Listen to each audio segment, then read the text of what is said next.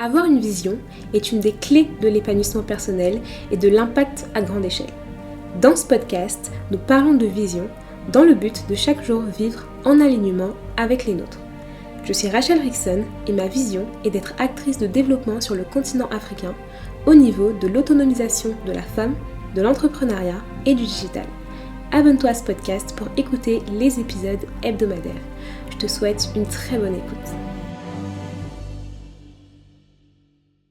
Hello les visionnaires, j'espère que vous allez bien. Si ça ne va pas, recevez ma joie, je vous envoie vraiment plein de joie. Bienvenue dans ce nouvel épisode de podcast. Aujourd'hui, nous parlons de vision et opportunité. Donc sans plus tarder, c'est parti. Bien sûr, nous commençons par une définition. Qu'est-ce qu'une opportunité ? Alors, dans le Larousse, une opportunité est définie comme une occasion favorable. C'est le caractère de ce qui est opportun. Et ce qui est opportun est quelque chose qui vient à propos, qui vient à la situation du moment, qui convient à la situation du moment. Voilà un peu la définition de ce qui est une opportunité. Donc il y a vraiment cette notion de quelque chose qui convient à une situation T, quelque chose qui est favorable, quelque chose qui est une occasion. Voilà, on a ces termes-là qui viennent. Quel est le lien entre les opportunités, donc savoir se créer et saisir les opportunités, et j'insiste sur les deux, saisir et créer les opportunités, parce que très souvent on parle du fait de saisir les opportunités, mais il y a des opportunités qui se créent, et on va le voir plus tard dans le podcast, parce que je vais vous partager des témoignages vis-à-vis des opportunités, et je vais vous montrer en fait que les opportunités, avant de les saisir, on peut aussi les créer. Donc il ne faut pas être dans une position passive, genre d'attendre que les opportunités viennent et de les saisir. Non, on peut aussi être dans une position active où nous-mêmes on peut créer nos opportunités.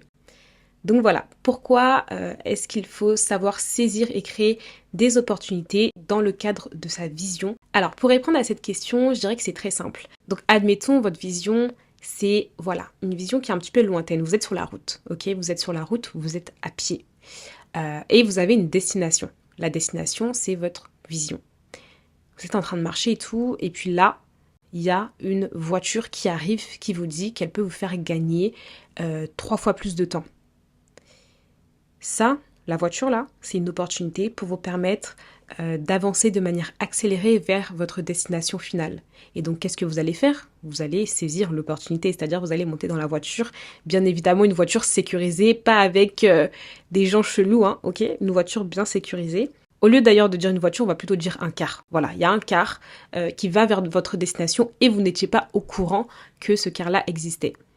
Voilà, vous allez monter dans le car et vous allez gagner du temps pour avancer plus vite vers votre vision. Donc voilà, franchement, sur la route vers la vision, il y a beaucoup d'éléments qui peuvent faire qu'on peut avancer plus vite, qu'on peut parvenir à certains résultats ou tout simplement qu'on peut aller d'opportunité en opportunité pour avancer vers sa vision. Et je pense que voilà, notre route vers notre vision est parsemée d'opportunités que nous devons soit saisir, soit créer pour avancer, aller plus loin, faire des choses encore plus grandes, plus impactantes. Donc voilà, moi je pense que c'est super important et personnellement je suis un peu la somme de plusieurs opportunités que j'ai su saisir ou alors créer. Alors concrètement, comment se créer et saisir des opportunités ? Pour moi, il y a 4 grands éléments qui sont nécessaires pour être dans cet état d'esprit-là par rapport aux opportunités. Alors, premièrement, et vous allez m'entendre parler de ça beaucoup dans ce podcast, c'est l'audace. Ok, l'audace. C'est absolument important de développer l'audace. Quand vous voulez être une personne qui non seulement saisit les opportunités, mais surtout se les crée. L'audace va être votre qualité favorite à développer.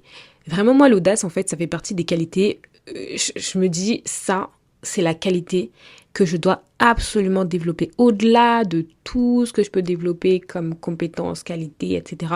L'audace, c'est number one. Parce que l'audace, ça te permet d'accéder à tellement de choses. Et comme je l'ai déjà dit dans ce podcast, l'audace, en fait, va t'ouvrir des portes que tes compétences ne peuvent pas forcément t'ouvrir. Et la différence entre certaines personnes par rapport au poste qu'elles ont, par rapport à leur évolution entrepreneuriale, par rapport au projet qu'elles développent, c'est pas juste leurs compétences et ce qu'elles savent faire. Des fois, c'est juste l'audace et bien évidemment aussi le réseau. Mais justement, l'audace et le réseau sont complémentaires. Donc bref, l'audace, c'est super important. L'audace, c'est vraiment votre capacité à aller frapper aux portes, votre capacité à aller dans les lieux où on ne vous attend pas, votre capacité à aller vers les gens qui vont vous faire évoluer dans vos projets entrepreneuriaux, professionnels, etc. Votre capacité à aller toquer aux portes en fait. Genre vraiment, c'est ça que vous devez absolument développer si vous voulez être une personne qui se crée et saisit des opportunités. Comment peut se manifester l'audace?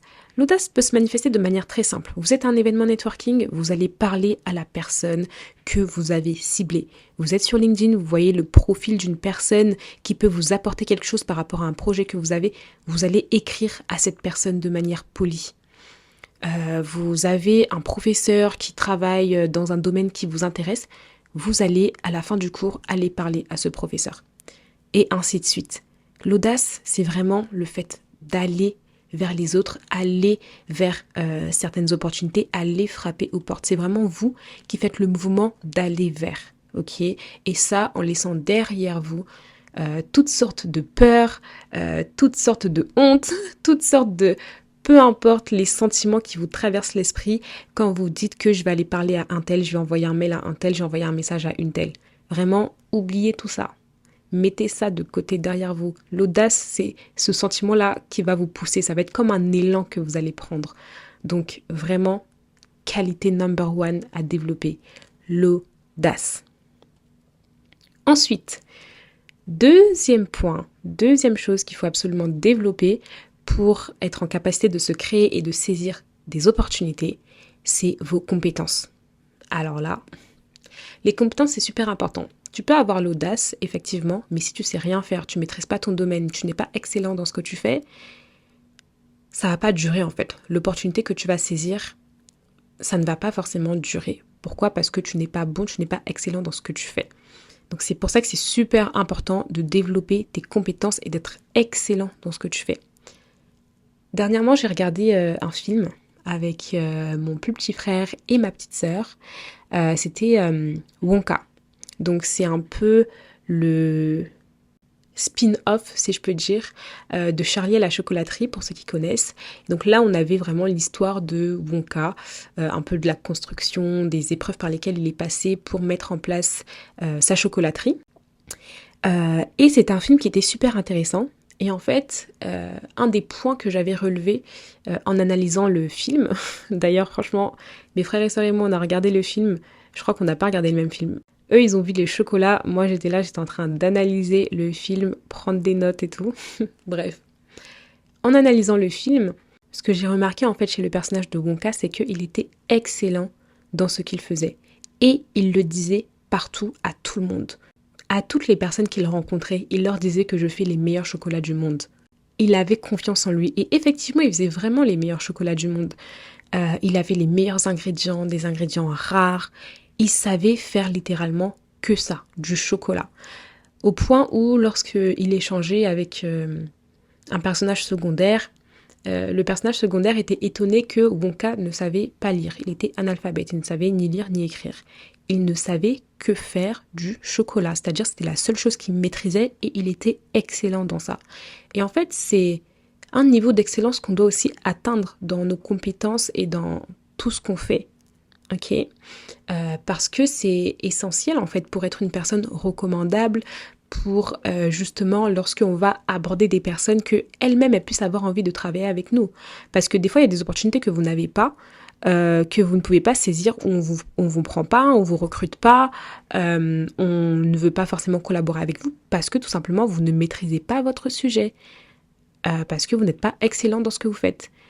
Moi par exemple Rachel, une des compétences que je maîtrise, c'est vraiment tout ce qui est création de contenu, réseaux sociaux, marketing digital. Ok, ça veut dire que demain, une personne elle veut travailler avec moi dans un de ces domaines-là, je vais être très regardante sur ce qu'elle va me proposer. Donc moi, tu peux pas venir me dire, oui Rachel, je veux travailler avec toi, je veux faire partie de ton équipe com et tout. Je regarde ta page, les contenus que tu crées sur ta propre page, et je vois que c'est n'importe comment. Ça n'a pas de sens. Il n'y a pas de fil conducteur, la qualité n'est pas bonne. Je vais pas me dire, ouais, il faut absolument que je travaille avec cette personne. Non. Tu m'envoies un visuel, le visuel n'a pas de charte graphique, il y a 10 000 polices sur une page, ça me donne pas envie de travailler avec toi en fait. Donc voilà, alors qu'au contraire, une personne qui vient me dire, oui Rachel, j'aimerais travailler avec toi, j'aimerais t'accompagner dans le développement de tes entreprises pour la partie communication. Je regarde le compte de la personne, c'est propre.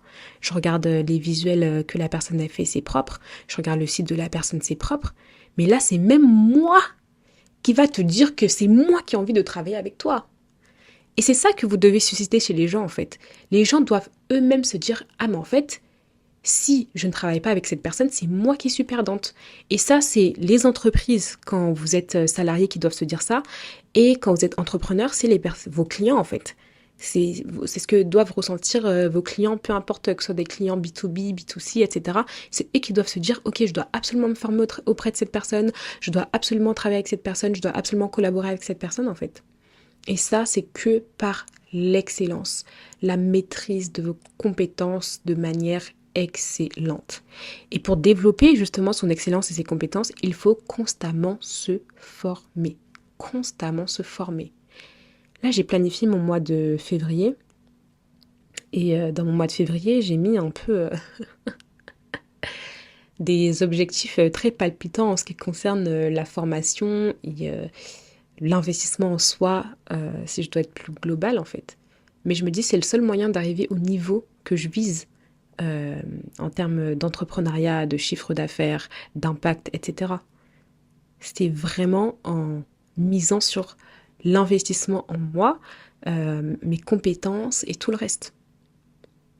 L'excellence, en fait, c'est même pas négociable quand vous êtes visionnaire, que vous voulez accomplir votre vision, que vous voulez aller loin, que vous voulez avoir un impact qui dure, qui reste. C'est non négociable. Vous devez être excellent dans ce que vous faites. Vous devez avoir un domaine de maîtrise particulier ou plusieurs domaines de maîtrise particuliers et être excellent dans ce que vous faites. On doit vous connaître comme la référence dans tel domaine. Après, dans des domaines, il y a toujours plusieurs références, mais par rapport à votre spécificité, etc., on doit vous connaître comme la référence. Dernièrement, j'accompagne une psychologue thérapeute dans le cadre du développement de son personal branding.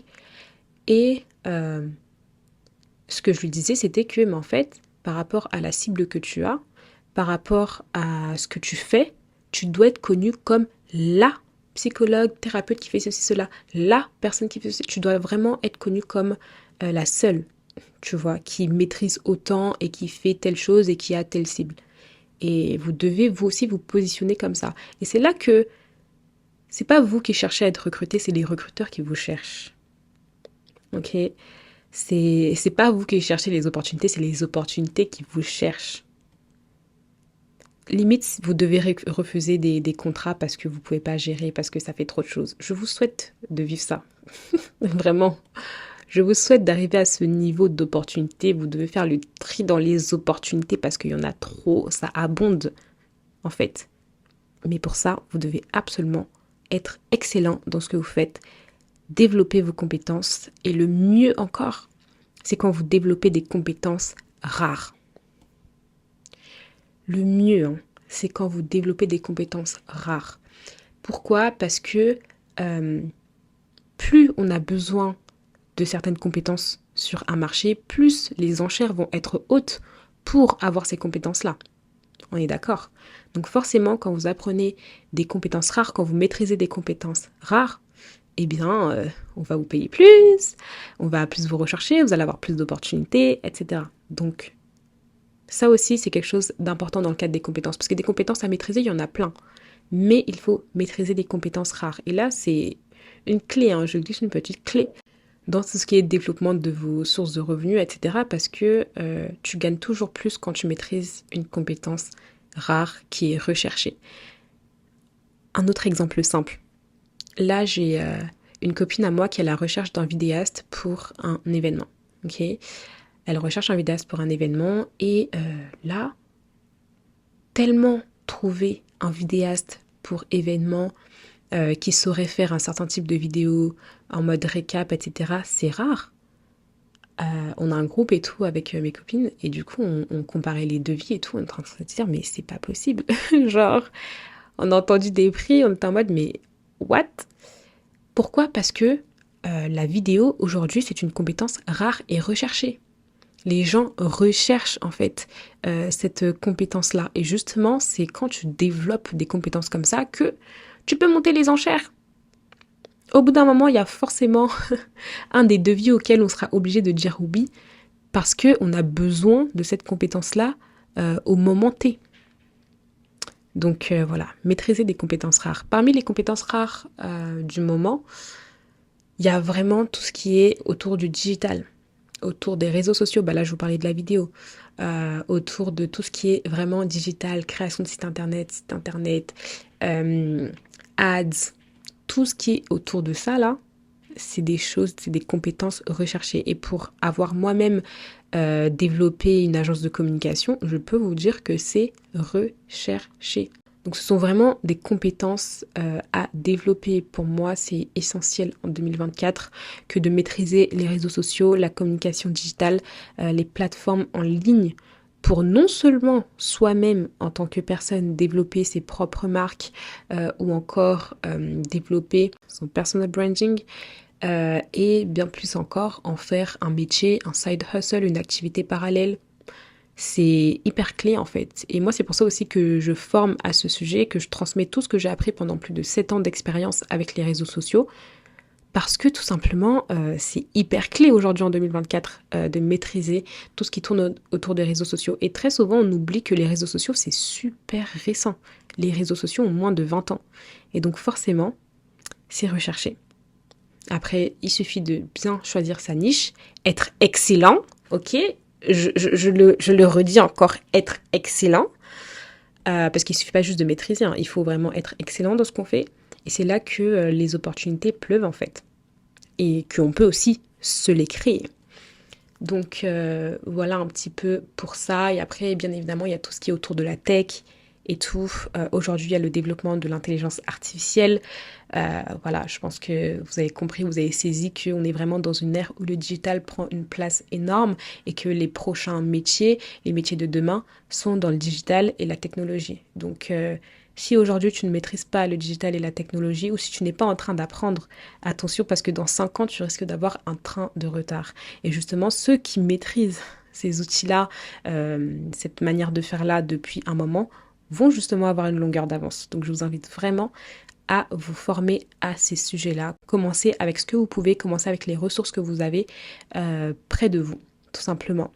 D'ailleurs, je laisse en description un formulaire vers l'accès à mes formations. Donc voilà, n'hésitez pas du tout à cliquer si ça vous intéresse. Troisième point à développer lorsque vous souhaitez vous créer et saisir des opportunités, c'est le networking. Alors, le networking, je vais pas en dire beaucoup parce que j'ai fait tout un épisode sur ça, mais le networking, c'est super important. Et dans le cadre des opportunités, c'est vraiment à 80% du networking. Genre vraiment. Le fait de saisir et créer des opportunités, c'est à 80% du networking. Donc vraiment, il faut que vous puissiez apprendre à networker, à réseauter constamment en fait. C'est super super important. Dans les témoignages que je vais vous partager, vous allez voir que c'est quasiment que du networking. Ok. Donc c'est vraiment super important de maîtriser ça. Je vous renvoie vers l'épisode qui porte sur le networking dans le podcast. Et voilà, je vous laisse vraiment l'écouter, vous imprégner de ça. C'est super important. Ensuite, quatrième point pour se créer et saisir des opportunités, c'est les réseaux sociaux. Alors, les réseaux sociaux, pourquoi est-ce que j'appuie dessus? Parce que du coup, je vous ai un petit peu parlé du digital et tout. J'appuie dessus parce que les réseaux sociaux peuvent vraiment être un excellent outil pour vous créer et saisir des opportunités. Alors aujourd'hui, tout le monde peut avoir accès aux réseaux sociaux. Les réseaux sociaux, c'est gratuit. Et les réseaux sociaux sont un outil. C'est vrai qu'on déplore beaucoup l'impact négatif des réseaux sociaux, mais pour moi, un outil reste un outil en fait. C'est nous qui décidons de l'utilisation que nous en faisons. C'est nous qui décidons de ce que nous pouvons partager ou recevoir sur les réseaux sociaux. Ok ? Et à partir de ce moment-là, on peut utiliser en fait les réseaux sociaux comme un outil pour se créer et saisir des opportunités. Alors, comment utiliser les réseaux sociaux pour se créer et saisir des opportunités? Tout simplement, c'est en se mettant sur la place publique. Tout simplement, c'est-à-dire que c'est en partageant du contenu sur soi, sur son parcours, sur ce qu'on fait, nos activités, qu'elles soient entrepreneuriales ou professionnelles. Ça peut nous permettre de saisir des opportunités en fait. Et je pense notamment là, premièrement, au réseau social professionnel qui est LinkedIn. Le simple fait d'avoir un profil LinkedIn présentable, propre, de parler des activités qu'on fait, de notre carrière professionnelle, des milestones qu'on atteint, etc. Peu importe le domaine dans lequel on est, ça peut tellement vous ouvrir des opportunités, vous n'avez pas idée. Je me souviens, j'ai été contactée par une prestigieuse école pour un événement, pour intervenir et tout. Et en fait, par rapport à l'adresse mail qu'ils avaient utilisée pour me contacter, j'ai su en fait que c'était via LinkedIn. Parce que sur LinkedIn, j'ai une certaine adresse mail. D'ailleurs, il faut que je la modifie. Mais quand on me contacte sur cette adresse mail-là, je sais que ça vient de LinkedIn.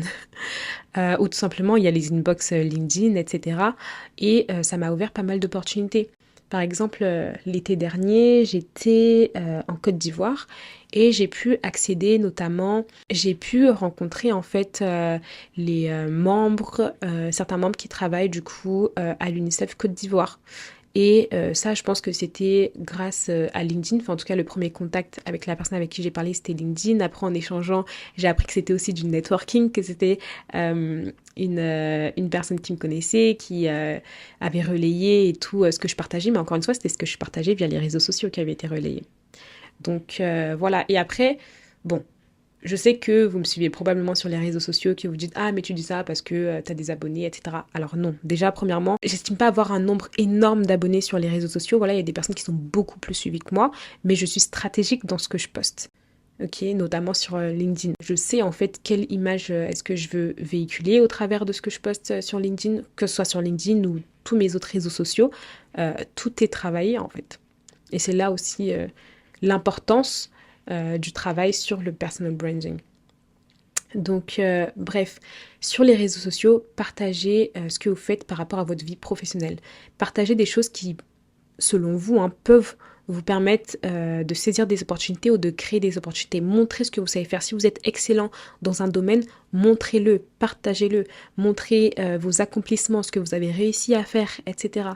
Et ça donne envie en fait aux personnes de collaborer avec vous, de vous faire confiance, d'aller plus loin avec vous. Si par exemple vous travaillez en communication, notamment, vous devez en fait d'avoir vos réseaux sociaux personnels / professionnels présentables en fait. Enfin, moi par exemple, si je dois recruter une personne par rapport à tout ce qui est réseaux sociaux, etc., ça va être l'une des premières choses que je vais regarder. Genre, tu viens pas me dire, moi, oui, voilà, alors c'est pour un poste en communication et tes réseaux sociaux, les réseaux sociaux que tu as gérés, ou juste au moins LinkedIn.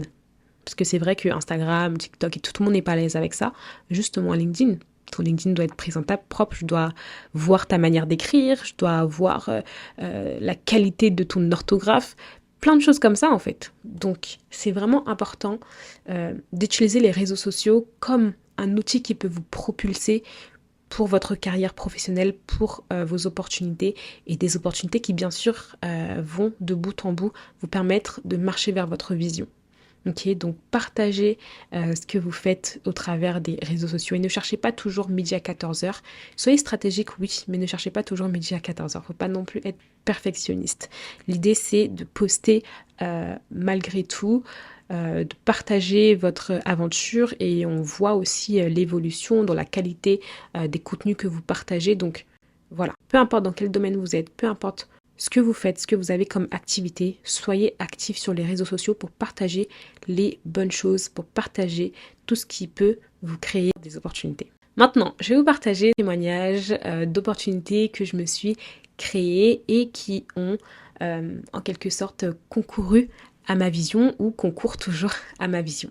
Premièrement, il y a un contrat que j'ai obtenu dans mon agence de communication que j'ai obtenu par force de networking, mais aussi de compétences et d'audace, et aussi bien sûr réseaux sociaux. Donc je vous explique un petit peu, story time. Donc nous sommes au Sénégal, ok. Nous sommes au Sénégal et je viens d'atterrir fraîchement à Dakar. C'était en novembre 2022. J'atterris fraîchement à Dakar et une personne que j'avais connue de par mon réseau, mais vraiment de loin, hein, je vois qu'elle est également au Sénégal et qu'elle est en train d'organiser des conférences et des événements pour les femmes. Et on va l'appeler Madame A. Et donc, je vois dans les stories de Madame A qu'elle est au Sénégal en même temps que moi et je vois l'affiche des événements qu'elle organise. Du coup, moi, qu'est-ce que je fais? J'envoie un message à Madame A. Je lui dis, Madame A, écoutez, on s'était croisés à tel endroit, on se connaît de temps. Alors, je ne l'ai pas vous voyez parce que du coup, on se connaissait quand même. Je vois que tu es au Sénégal. Je suis également au Sénégal. Écoute, si tu as besoin de quoi que ce soit en termes de marketing, je peux t'accompagner le long de ton séjour au Sénégal parce que je suis là et j'ai du temps devant moi. Donc voilà, je suis disponible et disposée. C'est le message que je lui ai envoyé, presque mot pour mot. Et elle, quand elle a vu ça, elle m'a répondu, on a échangé, on est parti bruncher au Pullman, on a parlé et tout, j'ai appris à davantage la connaître, un peu comprendre sa vision, etc. Et puis du coup, à la fin de l'échange, je lui ai dit, écoute, moi j'ai une agence de communication, je maîtrise la com, les réseaux sociaux, donc je te propose qu'on puisse travailler ensemble pendant ce mois-ci pour que tu puisses voir ma manière de travailler. Et par la suite, on pourra déboucher sur un contrat ensemble, voilà, de collaboration, du coup, rémunéré. Mais du coup, je lui ai proposé de d'abord tester pour voir, ok? C'était comme ça, c'était la position dans laquelle j'étais à ce moment-là. Et donc, je lui ai proposé ça, elle était ravie, et donc du coup, on a travaillé ensemble pendant tout le mois de novembre où elle était au Sénégal et on a continué aussi un peu sur décembre. Et puis finalement, on a fait un call de bilan et puis on a conclu sur une collaboration ensemble. Et donc du coup, bien sûr, c'est un contact, on va dire, networking. Et ça, par exemple, ça m'a permis de voyager avec elle, de l'accompagner sur d'autres événements qu'elle a organisés à l'étranger. Donc de voyager tout frais payé. Et les voyages tout frais payés, c'est tellement doux. C'est tellement doux. C'est-à-dire, tu prends l'avion, tu payes pas billet d'avion. Tu arrives à l'hôtel, au logement, peu importe, tu payes pas. Nourriture, tu payes pas. Et c'est tellement doux. Quand c'est l'argent de quelqu'un d'autre qui est utilisé là, c'est là que c'est plus doux. Utiliser son propre argent, c'est doux. Pouvoir avoir tout l'argent qu'on veut pour faire tout ce qu'on veut, c'est doux. Mais utiliser l'argent de quelqu'un d'autre là, ça a un goût. C'est différent, c'est différent. Bref, donc du coup, il y avait ça. Et puis également en termes de networking, évidemment. Et finalement, l'année d'après, donc en 2023, elle me présente du coup une entreprise avec laquelle elle travaille elle-même, qui est à la recherche d'une personne pour gérer leurs réseaux sociaux. Donc là, du coup, elle pense à moi, elle m'envoie la fiche de poste, en tout cas les missions à réaliser. Et déjà, moi, premièrement, je suis honorée parce que je me dis, ok, ça veut dire qu'elle estime que mon travail est vraiment excellent, assez bien pour le recommander à une autre entreprise qu'elle-même accompagne. Et donc, déjà voilà, moi premièrement, je suis honorée et j'avoue que sur le moment, j'avais un peu eu un petit syndrome de l'imposteur et j'avais presque hésité à saisir l'opportunité, dites-vous. Mais finalement, c'est pour ça aussi qu'il faut être bien entouré parce que du coup, il y a une personne de mon entourage qui m'a poussée, qui m'a dit non, mais vas-y, accepte et tout ça. Parce que j'allais vraiment refuser, hein, genre vraiment j'ai failli refuser. Alors que le contrat était chic, hein. Le contrat était chic, c'est-à-dire, je vous dis, un contrat à 5 chiffres. Ok, un contrat à 5 chiffres. Donc du coup, j'ai saisi l'opportunité. J'ai saisi l'opportunité et c'est là que j'ai vu en fait le pouvoir de, premièrement, l'audace. Parce que du coup, si j'avais jamais envoyé un message à Madame A quand j'ai vu qu'elle était au Sénégal, on n'aurait peut-être pas développé la relation qu'on a développée. Ensuite, l'importance des compétences et de l'excellence. Compétence parce que du coup, je lui ai montré ce que je savais faire. Excellence parce que du coup, elle a aimé mon travail, non seulement pour elle, mais au point de me recommander à une autre entreprise. Ensuite, networking. Vous-même, vous avez compris, c'est le réseau. Voilà, parce que du coup, elle m'a recommandé. Donc, C'est par force du réseau.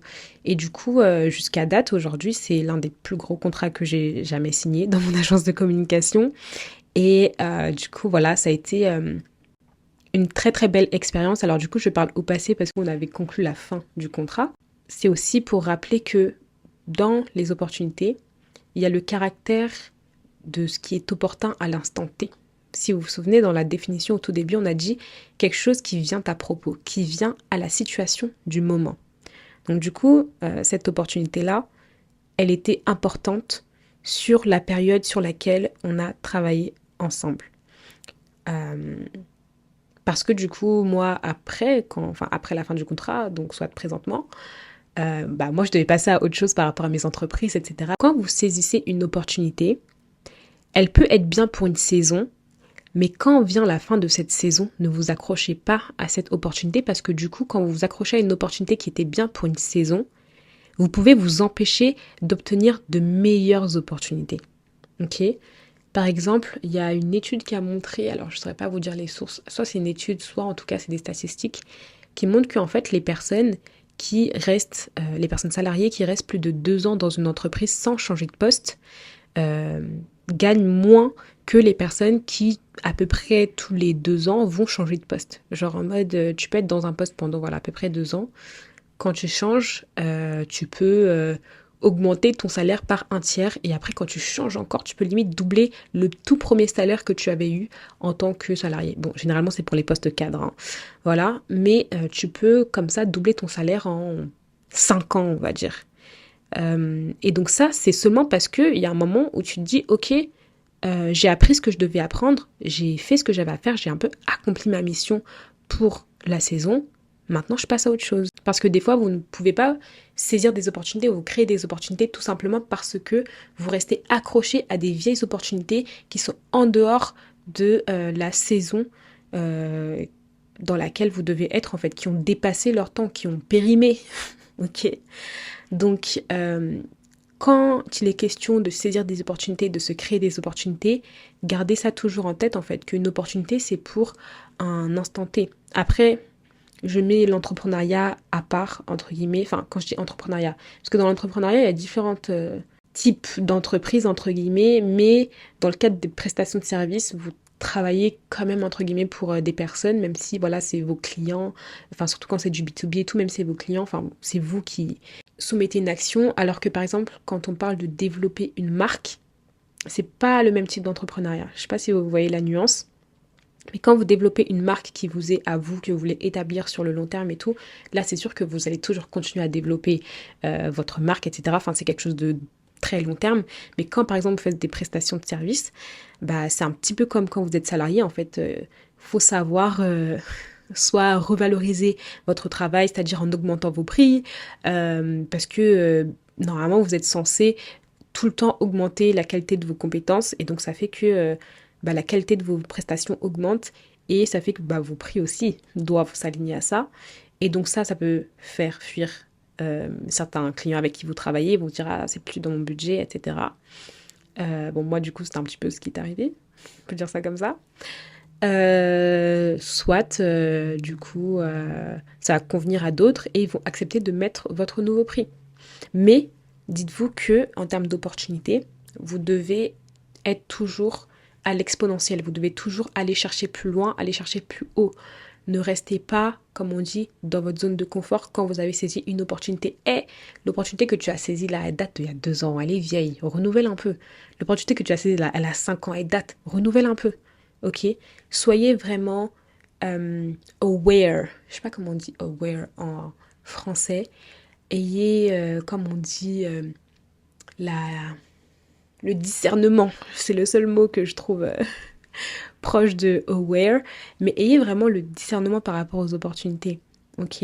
Après, quand on parle de discernement par rapport aux opportunités, il y a aussi le fait de saisir les bonnes opportunités qui vous conviennent vraiment, pas des opportunités qui vont vous contraindre. Et il y a aussi le fait de savoir dans quelle saison de votre vie est-ce que vous êtes, qu'est-ce que vous devez développer en ce moment. Voilà, qu'est-ce qui convient à la situation du moment. Quelle est l'occasion favorable à la situation du moment. C'est ça aussi une opportunité. Ok. Donc voilà, Créez-vous constamment des opportunités qui vont continuer de vous faire grandir et pas qui vont vous faire stagner. Donc jetez vos vieilles opportunités là, renouvelez un peu. D'ailleurs, en vous parlant de savoir saisir les bonnes opportunités, ça me fait penser à une membre des Intentionnels qui dernièrement est venue vers moi. Donc c'est une membre qui est également bénévole et référente des Intentionnels de Lyon. Elle m'a écrit et elle m'a dit « Ah bah on m'a présenté telle opportunité, voilà un peu les missions et voilà tu connais ma vision, tu sais ce que je veux faire, etc. Est-ce que tu penses que c'est une bonne opportunité pour moi ?» Et du coup je lui ai posé plusieurs questions, notamment... Quel est le lien entre cette opportunité et ta vision? En quoi est-ce que cette vision va te permettre de travailler à ton opportunité? Et du coup, il y a plusieurs manières au travers de laquelle une opportunité peut vous permettre de conquérir à votre vision. Premièrement, ça peut être le simple fait que grâce à cette opportunité, vous allez développer des compétences qui sont essentielles à votre vision. Soit vous allez développer votre leadership, vous allez développer des compétences dans votre domaine de maîtrise, où vous allez pouvoir rencontrer des personnes qui vont vous aider, etc. Bref, ça peut être pléthore de choses. Ou soit, ça peut être financier, parce que du coup, il y a des opportunités qui peuvent nous aider tout simplement à financer nos projets. Donc, par exemple, moi, c'était le cas de du contrat dont je vous parlais. Ce contrat m'a aidé à financer pas mal de projets et c'était juste ouf quoi. Bref, donc du coup je lui ai demandé si cette opportunité l'aidait dans une de ses manières ou pas par rapport à sa vision. Et elle me dit bah non parce que du coup voilà mon agenda actuel, comment je m'organise et tout pour travailler sur mes projets qui sont en lien avec ma vision. Voilà mes deadlines à venir, etc. Et je sens que cette opportunité-là, même si elle est bien et tout, elle va pas me servir tant que ça.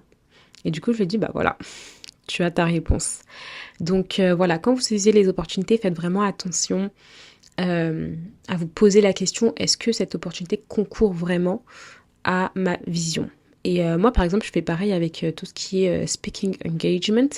Donc, quand on m'invite à soit intervenir dans un live ou soit être speaker, intervenante, etc., je regarde, est-ce que c'est dans mon spectre?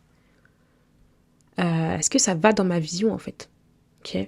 Est-ce que ça rentre dans le cadre de ma vision? Et je fais le tri. Si ça rentre pas, désolé, merci de m'avoir invité. Mais non, en fait. Et c'est toujours difficile de dire non.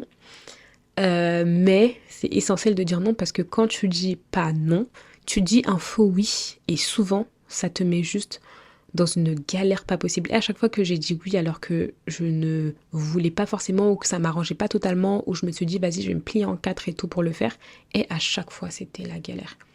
Et du coup maintenant j'ai moins de mal à dire non mais j'ai vraiment fait un travail énorme sur moi pour apprendre à dire non. N'ayez pas peur de dire non à des opportunités qui ne sont pas en alignement avec votre vision.